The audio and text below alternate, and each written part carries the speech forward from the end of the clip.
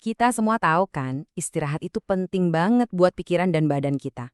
Tapi, pernah kepikiran nggak soal organ pencernaan kita? Coba bayangin deh, gimana kalau kita bisa ngasih waktu libur buat mesin pencernaan kita 2 kali seminggu? Ternyata, jeda terjadwal ini adalah rahasia kesehatan yang luar biasa yang ngegabungin kearifan kuno dengan ilmu pengetahuan modern. Coba deh pikirin lagi keseharian kita. Pagi sarapan, terus makan siang, makan malam, kadang-kadang masih ada cemilan tengah malam. Mesin pencernaan kita tuh kayaknya nggak pernah berhenti kerja. Jadi pertanyaannya, kapan dia punya waktu buat istirahat dan benerin dirinya sendiri? Nah, ini dia pertanyaan besarnya dan kita bakal cari jawabannya bareng-bareng. Oke, sekarang kita masuk ke solusinya.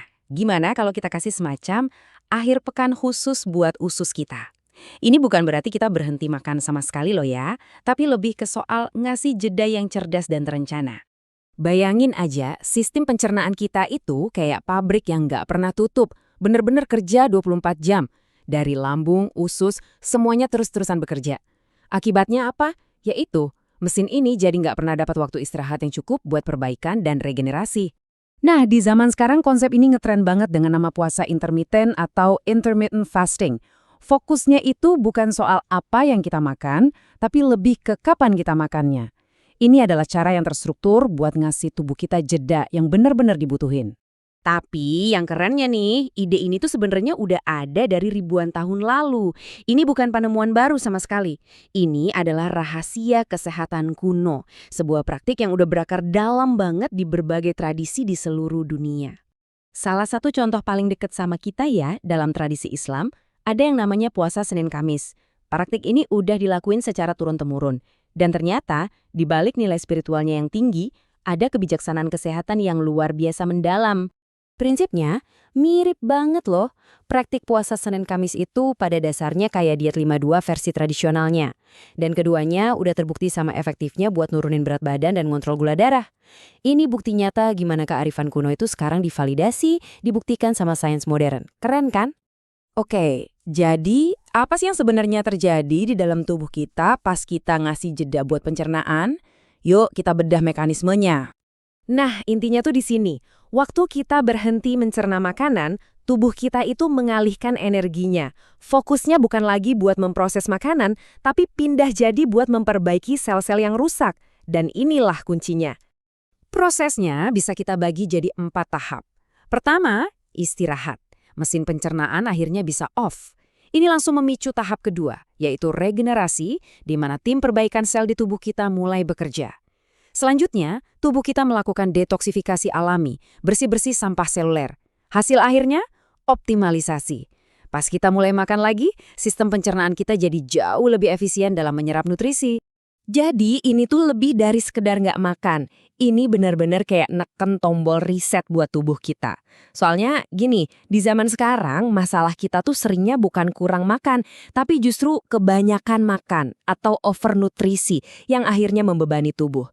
Jeda inilah yang jadi penyeimbang buat mencegah penyakit-penyakit kronis. Dan yang bikin ini makin luar biasa lagi nih, manfaatnya itu nggak berhenti di sistem pencernaan aja. Efek baiknya itu nyebar ke seluruh bagian tubuh kita. Efeknya itu nyebar kemana-mana loh, nggak cuma di perut aja.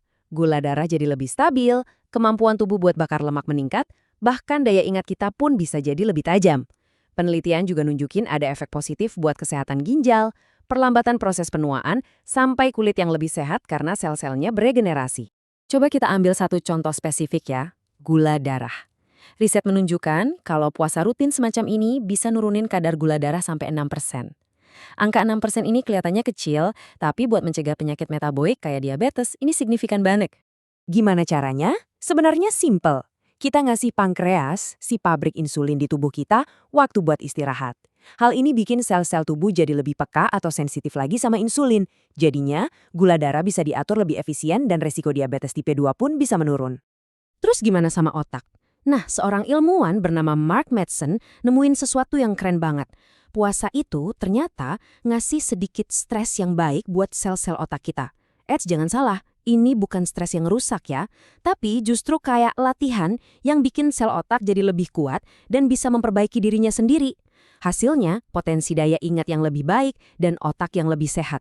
Oke, jadi dari semua ini, apa sih kesimpulan utamanya?